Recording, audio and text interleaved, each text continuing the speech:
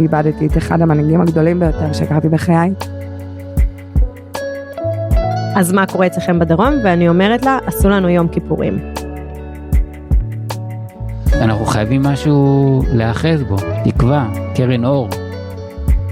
שנה באוקטובר, סיפורים מקומיים בימי מלחמה, מבית מתנ"ס שער הנגב. ברוכים וברוכות הבאות לפודקאסט שנה באוקטובר מבית מתנ"ס שער הנגב. אני מאיה יפרח, ואני מנהלת את קשרי החוץ והשותפויות במועצה האזורית שער הנגב.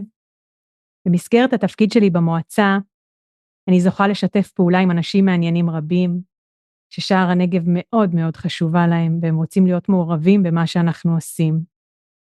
וככה, במסגרת התפקיד שלי, זכיתי להכיר אישה מאוד מאוד מיוחדת. אישה מעוררת השראה, את היידי, שאיתה אני אשוחח היום. שלום היידי, how are you? Shalom, I am wonderful. Thank you for having me. It's a pleasure to have you. So if it's okay by you, I will introduce you in Hebrew. I'm going to share a bit about you, and then we're going to switch back to English for the rest of this conversation. כן, תודה, ואני מצטערת שהעברית שלי לא כל כך טוב. Okay, you're good. Okay, so Heidi Gantwerk היא המנכ"לית והנשיאה של הפדרציה היהודית בסן דייגו.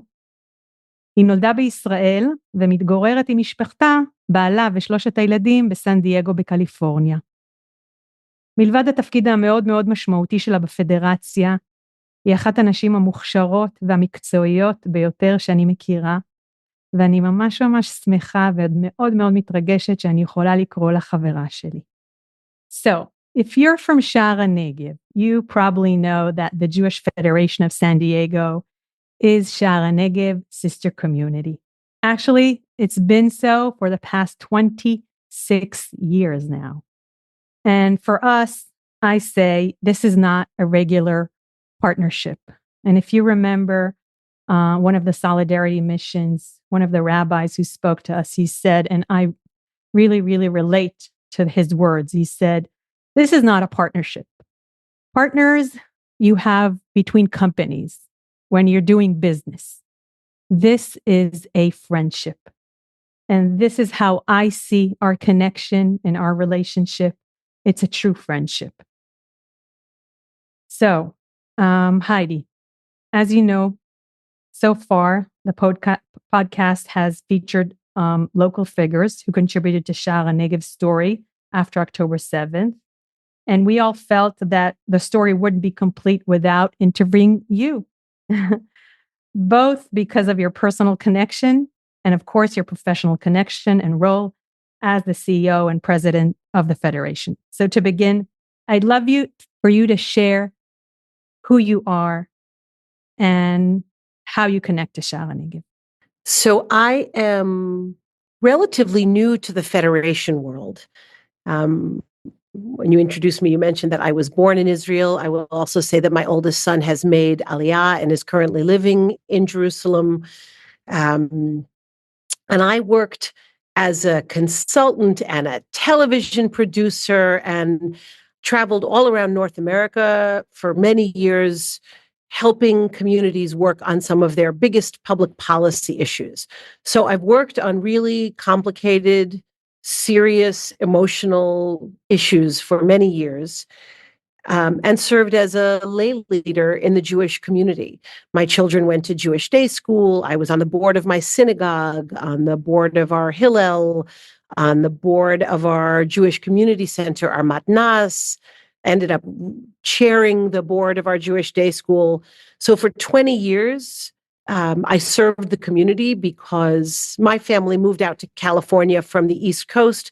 And unlike in Israel, when you move to the other side of the country, you're really far away. You're a day's flight from home.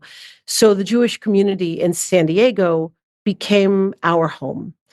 When I had the opportunity to step into this role and to give back in such a meaningful way, it felt beshert. It felt like the right choice.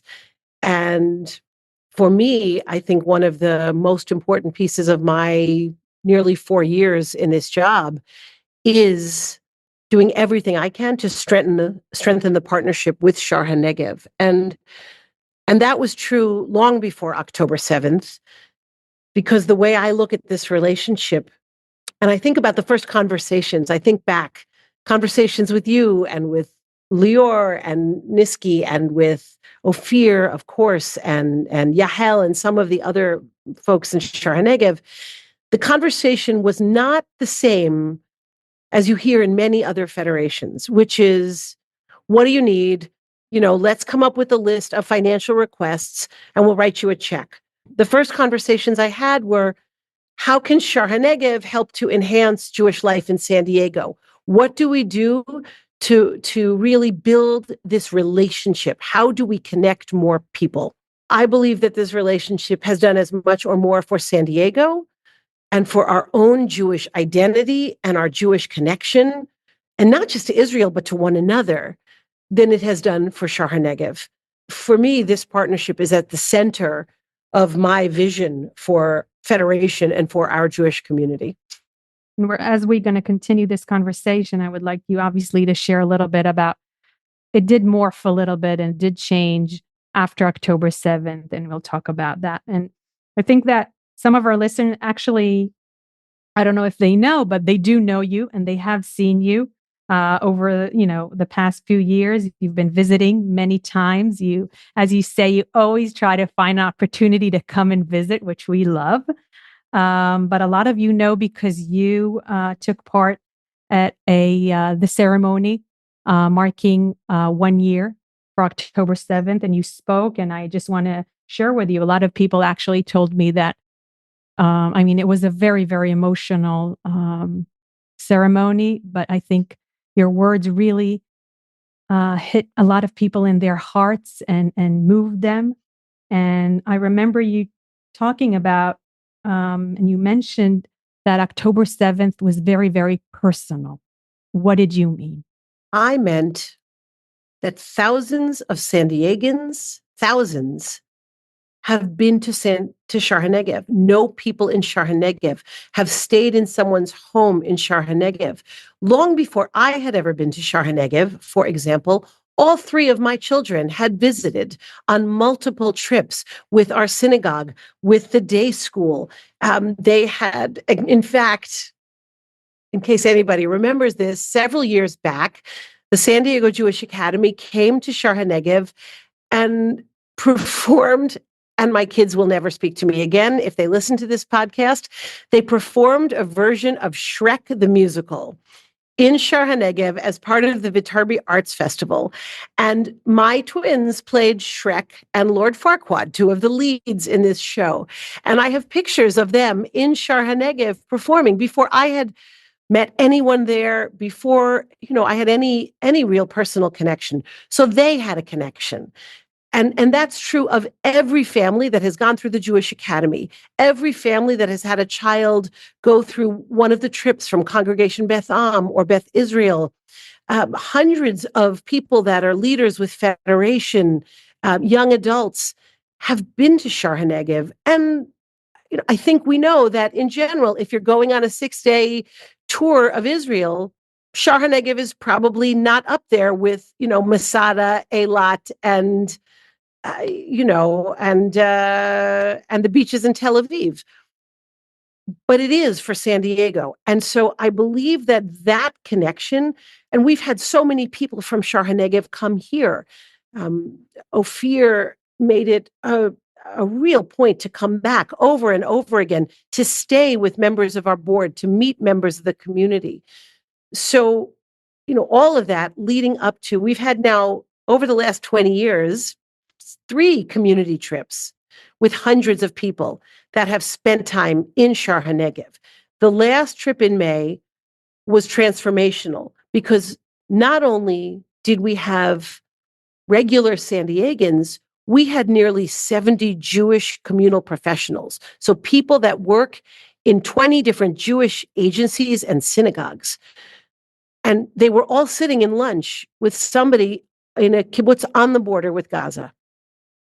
So when October 7th happened, you had thousands of people here who had been in that space. They were watching the news and they were seeing places they had personally stayed, worrying about people they knew, sending WhatsApp messages and texts and trying to reach people and reaching them in their safe rooms, trying to find out what was happening. I have many Federation colleagues who have partner communities. None of them experienced that day and this year the way that San Diego has experienced it. And I can attest to that personally. I've received so many messages and phone calls and texts and emails from people in San Diego asking me how I was and how other people were, and trying to get information. And you didn't even mention, the youth delegations that we have going back and forth. So generations and generations of children who know each other, which is it really is phenomenal. And I think it's, first of all, very rare and different from other relationships, and we definitely cherish it. And Maia, just to, if I might, to exemplify that point, there were vigils all around the country right after October 7th in the US. And everybody in my Federation CEO group chat was posting, ooh, we had 1,000 people, we had 2,000 people. These are big cities with a lot of people. We had 5,000 people show up personally invested in this because they knew Sha'ar HaNegev. A year later, on October 7th, we had a vigil. We had more people show up because they had paid so much attention. They had personally supported Sha'ar HaNegev, been on solidarity missions. I don't think we can put into words the importance of the relationship. And I'm sure we'll talk about some of the delegations back and forth. Starting October 8th, the number of people texting me and calling and asking, what can I do?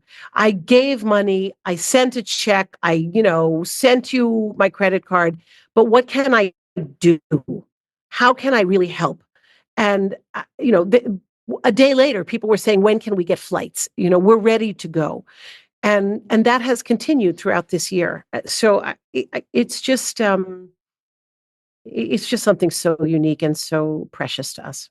It is very unique. And I think, if I'm not even mistaken, the first time you guys wanted to come on the first solidarity mission, I said, wait, it's not safe yet. Give it a moment. But you guys, nothing stops you. And there've been a few delegations coming since. We've seen you a few times. We've visited.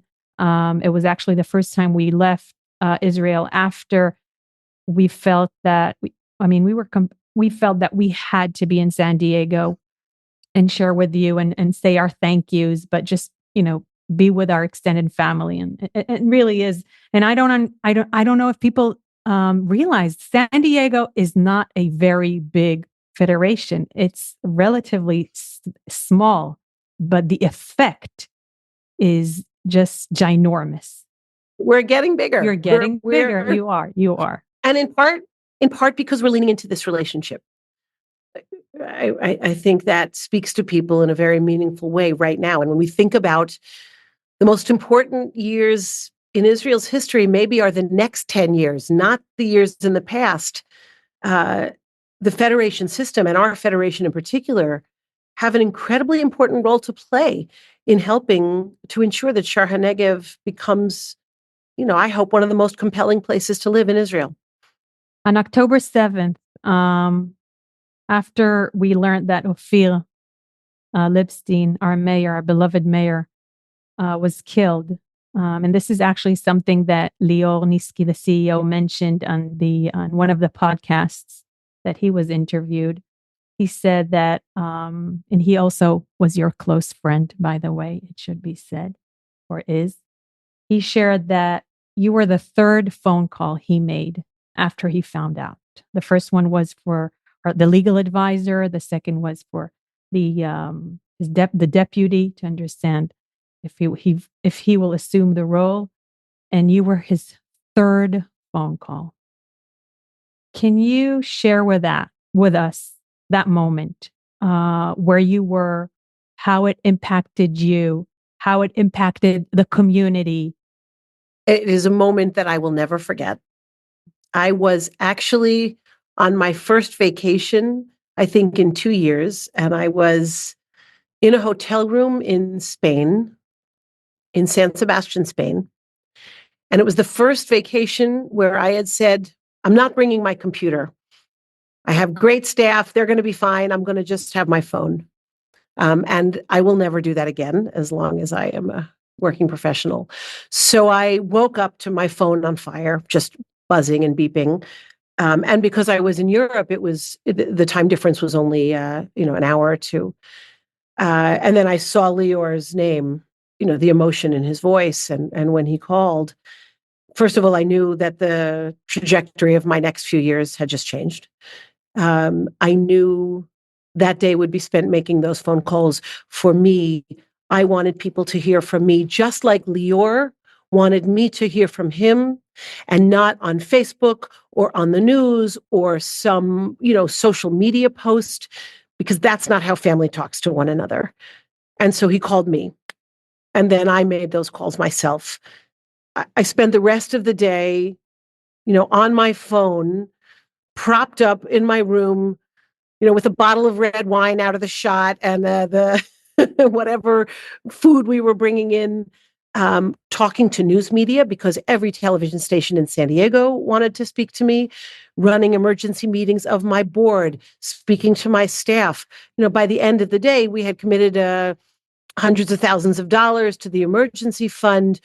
We were starting already to talk about when we could go. And really just making sure that I understood as best as I could what was happening so I could convey it as personally as I could, because people needed to hear it, and they needed to hear it with love and with the kind of empathy and understanding that this was a family member. And this was devastating for Sha'ar HaNegev. And hearing the emotion in Lior's voice, and then the texts, from Yahel and from Lilach and you, and being in touch with so many people that we knew. Immediately, all the people from the community trip were texting, trying to get information. And Maia, I know you and I, so many times when we tried to find out, you said, we just don't know. We just don't know. And, watching that unfold from thousands of miles away, I don't know, it's seared into my memory. And I immediately rebooked my flights. We went home as soon as we could go home. I just couldn't. We went for a walk at one point that day, and we were walking out on the beach in San Sebastian, and it's a vacation paradise, and people were out with their drinks and their, tapas and pinchos. And I just broke down, and my husband rushed me back to the hotel, and, we just packed up and left. And that's pretty much been at the centerpiece ever since. Yeah, you kind of remind me when you lose somebody very close, it's kind of hard to understand how the world keeps going. How doesn't everything stop at that moment? How is that? How does it even make sense? Right. That was the first moment. And I've had many moments since, living in the US, where I felt like my world looked completely different, and everyone around me was living in some other universe. And it was as if I was looking at them through glass, through some sort of bubble, because, they'd heard about it. It was news. It was no different than any other news. And for me, I knew that my life had changed. And that has been true throughout this year for people in the US, for Jews in the US and in San Diego, where, a few weeks later, people were going about their business, and, the protests were happening. And we were seeing continued fighting in Israel. We were hearing stories of what had happened and the brutality. And we were starting to see antisemitism rising, not bubbling, but exploding throughout this community. And we felt all of a sudden like our lives had turned upside down right here in San Diego, and everybody else was going about their business. And that has driven the connection to be even more intense and more important to us. correct me if I'm wrong, but just knowing that you have that shared value with somebody in Israel or in Sha'ar HaNegev, that's very, very powerful. And so many people have those personal connections, but you can tell me a little bit more about that. I mean, naturally, we tend to speak about our challenges and our losses and how October 7th affected us, but it was a global Jewish catastrophe. How did your community face this significant crisis? How did you continue to navigate? One of the, opportunities, privileges, responsibilities afforded me this year, and this is where Federation has a critical role to play, is to sort of hold and articulate the feelings of the Jewish community, to reflect back where we are, and to do that outside of the Jewish community as well. So meeting with elected officials. One small example is the increased cost of security to be Jewish in the US and in San Diego right now. It has astronomically increased the budgets of every single Jewish organization because no one will put their kids in a Jewish day school or a preschool. No one will go to Yom Kippur services or a lecture or swim at the JCC unless there is armed security cameras, entry gates. This is how people choose a place to put their kids right now. Places of worship in general in the US do not have armed security. They don't think about it. If you're going to a church preschool, no parent goes in and says, tell me a little bit about the hours your armed guard is there. It would not even cross their mind. It is the number one thing that parents are asking and looking at now. So Jewish life has become, participation in Jewish life now requires a multi-million-dollar investment in security. It requires training for members of our community in countering active threats and stop the bleed and all of those things. That's new. People are thinking differently. I think also we are finding that many Jewish people are all of a sudden feeling unwelcome in spaces where they used to feel very much a part of things. The progressive left, politically in the U.S., has become a really difficult place for pro-Israel Jews, and really Jews in general. And this is because there is no distinction between anti-Semitism and anti-Israel rhetoric right now. We have completely blurred that line. And the way that people talk about Israel is using language that is absolutely anti-Semitic. So that has been a huge challenge for us. I think you have all seen videos of what's happening on college campuses. Here in San Diego, UCSD was the site of UCSD is the University of California, San Diego. It's our flagship university.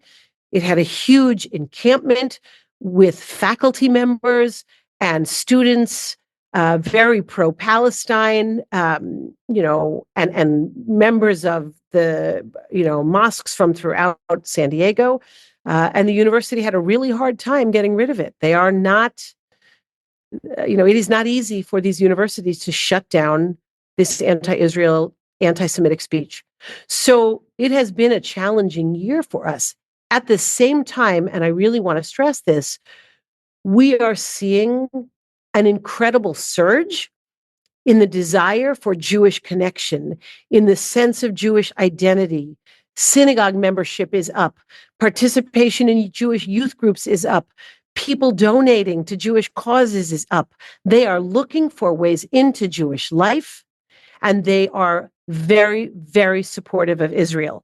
So we are at a moment where we are facing a very existential crisis, but we also have a remarkable opportunity to build this Jewish community. And I think that's the role that Federation and I have found myself in. We are balancing fighting off the darkness, but also encouraging new ways of Jewish expression and connection and sort of bringing in the light, which is why we don't sleep very much. There's a lot to do. And I think Sha'ar HaNegev is very much interested in being part of your mission as well. And it sounds from what you're saying, it reminded me, and this is something that was actually talked about in the media. It really sounds like it was our September 11th in a way. I heard the phrase, and I'm sure you're very well aware of. You have in the U.S. you have to be Jewish by choice. Do you feel like after October 7th, it's easier to be Jewish? Is the choice clearer now? Has October 7th made people closer to Israel? Are they shining away from Israel because of it? What's your take? So I think at the tekes, at the ceremony, I talked about the shift that many of us have felt from being American Jews to Jewish Americans. It's a shifting identity. When you travel in many other places in the world, I've recently been to Mexico City as an example. People there are Jewish first, and then they're also part of the Mexican community. That has not been how we have felt in the United States. But I think for many people it is now. But I do think we have a generational challenge, and I'm not going to lie about that. I think for young people, for a subset of our young people, this is not across the board, they are struggling with what they are seeing and hearing about what is happening in Israel, what is happening in Gaza, what is happening in the West Bank, the political situation there, and some of the rhetoric that comes out of Israel is a challenge. And when they are on campus and they are hearing from faculty members and from their fellow students about ways in which Israel, they don't see Israel behaving in the way they would like to see, they are not feeling that connection. And we are really, really working on that, leaning into that, investing in programs that help our young people to feel that connection, to understand, to be able to advocate in a thoughtful way, right? Not just as, everything Israel does is terrific. There is nuance and complexity in this, but it is critical that our young people understand that you cannot separate Judaism from Israel. They are intertwined. They are part and parcel of the same package. And I do think what we are feeling is a sense of global peoplehood, right? And we've always talked about that, about Klal Yisrael, and we're one people. But I think that has changed in a dramatic way, because right now we maybe have more in common with Jews in Argentina and Mexico and Ukraine and Hungary and Israel than we do with many people living down the street from us. And I think we're feeling that in a very different way. And it's part of the reason we, as a federation, are leaning into traveling and connecting with Jewish communities around the world, because I think that is a huge part of our identity. And you talked about choosing to be Jewish. I think part of that is still a problem for us. I think more people want to be Jewish, want to engage actively Jewishly. But what I have explained every time people come over here from Israel, it still costs a lot of money here in some ways. Our life is not governed by the Jewish holidays. So if you want to be off for Rosh Hashanah and Yom Kippur, you have to take that as a vacation day. If you want your kids to be involved in Hebrew school, you got to pay for it. Day school, pay for it. Youth group costs money. Now, we have a lot of subsidies available for these things, but I think over the next few years, one of the most important things for us is to invest in a culture of welcome and belonging that reduces those barriers for all the people who are newly engaged in finding ways to express their Jewish identity. We can't have so many barriers geographically and financially because they are making that choice, but now we've got to make it easy and available for them. And so if you ask me about my next 5 years, it is leaning into Sha'ar HaNegev, and we are next 10 years, rebuilding psyches, buildings, trust, strengthening this partnership, and also making sure that the 100,000 plus Jewish people in San Diego have every opportunity afforded to them to be a robust and active part of Jewish life here. Before October 7th, we had a lot of programs we had together, professionals meeting, delegations, Bet Melacha, I know, is very dear to San Diego's heart. You were very much invested, and you mentioned the Viterbi Art Festival, which was a yearly festival that we used to hold in Sha'ar HaNegev with Federation. So many programs, really exciting things, and a lot of people-to-people programs, allowing people to meet each other, talk to each other, have a genuine conversation. But after October 7th, and this is something that should be mentioned, and everybody listening to this podcast should know. I mean, not unprecedented, the love, the support, the generosity that we felt from the Jewish community in San Diego that allowed us to stand on our feet.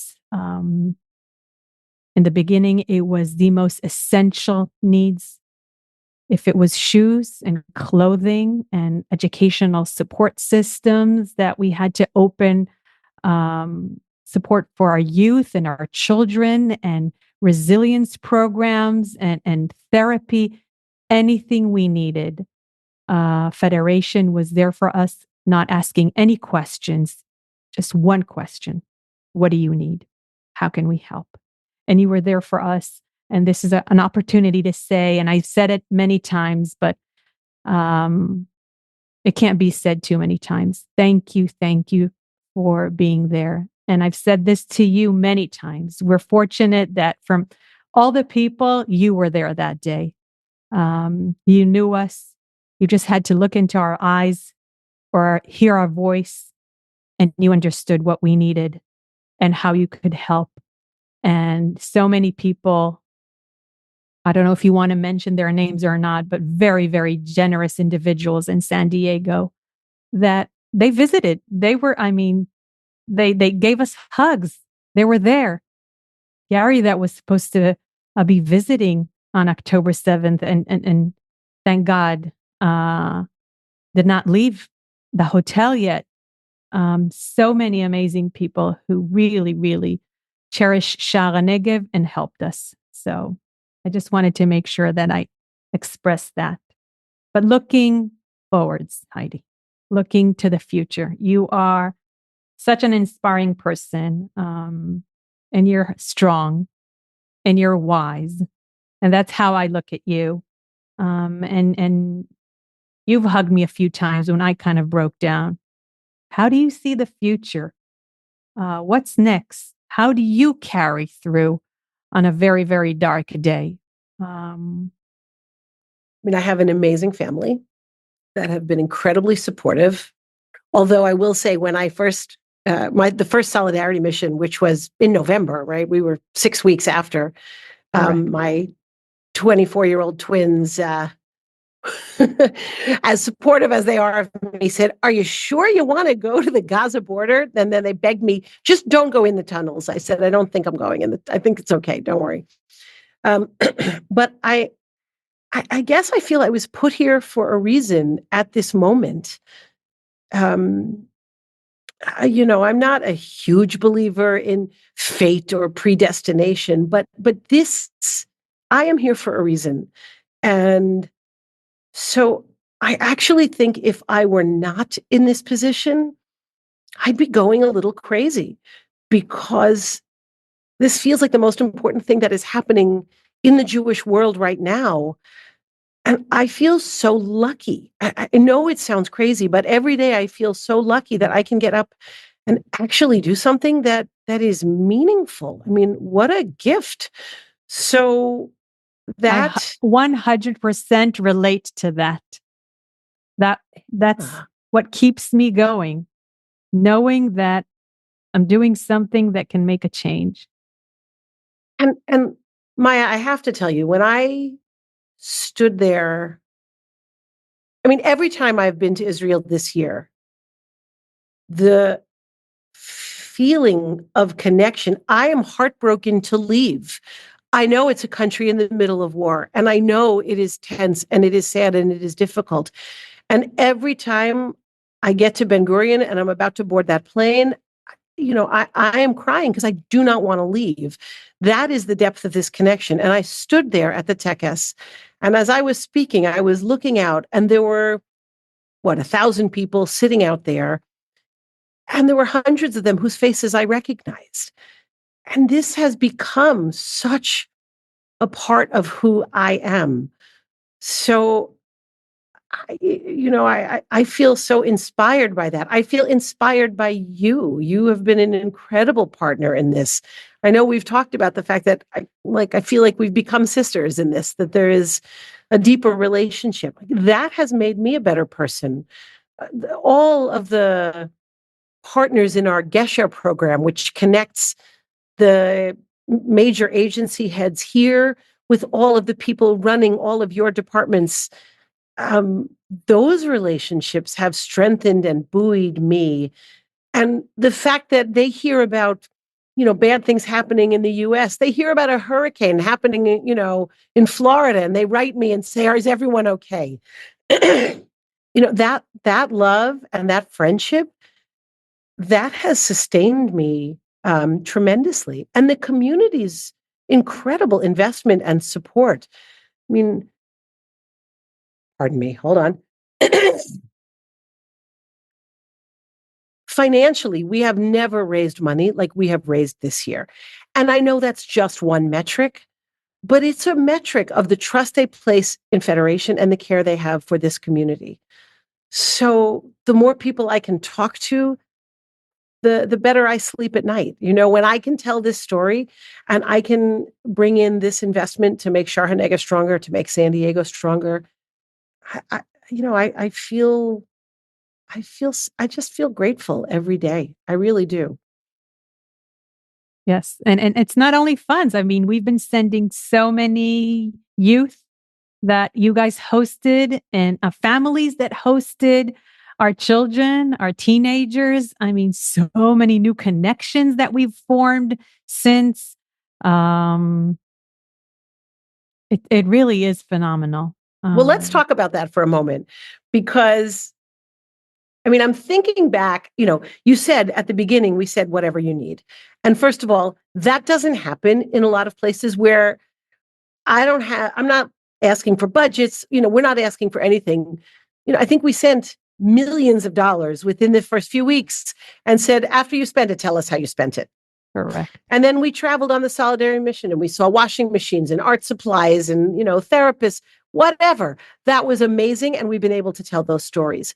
With these delegations, if you had said to me a year ago, look, here's what we'd like to do. We would like to, with a few weeks' notice, send 120 relatively traumatized teenagers, good luck. I would have thought this was a crazy idea. After October 7th, let's say on October 10th, we would have been ready for you the next day, because anything we could do to help. And those visits, the visits of the social workers and the young adults, they have healed us, right? To be able to provide that. And I will tell you now, we have had hundreds of families that have hosted these kids. Correct. And some of those families have now been to Sha'ar HaNegev. And some of the Sha'ar HaNegev families have come to San Diego to visit. So we have scaled up the level of personal connection in ways that will impact us for decades. The young adults, they're going to be the leaders of Sha'ar HaNegev and the leaders of the San Diego Jewish community, right? Those connections. So now we have another generation on each side invested in this partnership in a personal way. That's what we need to do. We got to keep doing it. Correct. And you also have a few of our Shinshinim in San Diego. I've met those two lovely ladies. Ayelet and Nama, who are amazing and wonderful. And we bring them to every Federation event because they tell the story so beautifully. Having your Shinshinim here is a blessing. Hopefully, in the next few years, we'll be able to send some more Shinshinim from Sha'ar HaNegev. I think it's another target. So there's a lot to look forwards to. There's a lot of work to do here in Sha'ar HaNegev, and definitely Federation is part of it. Our next project is going to be, if I'm allowed to share, restoring Bet Melacha, Livnat's Bet Melacha, that, as I mentioned before, you knew Livnat personally. A lot of people in San Diego actually knew Livnat and were devastated by her death. And we felt like we couldn't rebuild Bet Melacha without Federation with us, doing it hand in hand. So that's our next big project together. And a lot of little hands are going to be working in that Bet Melacha and exploring and learning and breaking stuff and building stuff and pasting and coloring. And it's going to be thanks to Federation. So before I finish, I think this is my last question because we're running out of time. If you could send a message to the people of Sha'ar HaNegev, this is your opportunity. What would you say? I would say to the people of Sha'ar HaNegev that San Diego is your family, that we are with you not just for an emergency, but for the next decade and beyond, that we want to know you and we want you to know us, and we want to build and rebuild together. That this is a partnership that we want to personally touch every Jewish person in San Diego and beyond, and everybody in Sha'ar HaNegev, that we all should feel this relationship as something that has positively impacted our lives. We are going to be back. I want everyone to know that they should plan the lunch menu for 2027 when we bring our next community trip. I'm hoping we have 360 people on that trip. We are coming back to you, and we can't wait to see Beit Malacha rebuilt and functioning. We can't wait to see new housing on these kibbutzim. We can't wait to see the schools thriving. And we can't wait for all of you to come and visit us anytime. Really, this is, you are part of our identity as a Jewish community. And we are leaning into that, and we'll continue to do so and we want to work with you. What can we do to help rebuild that strong sense of community, to help build this partnership? We want to hear from you. We want to know and we want to learn. So I know I'll be back in April, if not before, with a group of San Diegans. And I know every time I come now, there are more and more people I want to see. And I can't, every time I leave, I can't wait for the next trip. And it's always got to be on the calendar because otherwise I'm not happy. Thank you. I knew you. I told everybody you were inspiring. Now they know for themselves. So I want to wrap it up and say thank you so much, Heidi, for agreeing to take part in this podcast. It wouldn't be complete without you. Thank you for sharing your insights, your experiences, and of course, thank you for the incredible dedication to our community. Your leadership and partnership continue to inspire us and strengthen the bond between Sha'ar HaNegev and San Diego. And please convey this to your community. And if they're listening, hear me when I say, as we navigate these challenging times in Sha'ar HaNegev, your unwavering support reminds us that we are not alone. And together, we can rebuild. We can grow. We can thrive. We can and we will. And we will. So as you told me, if I'm allowed to quote you, the last text you sent me yesterday, you said, "We are here for you no matter what." That's the most important thing.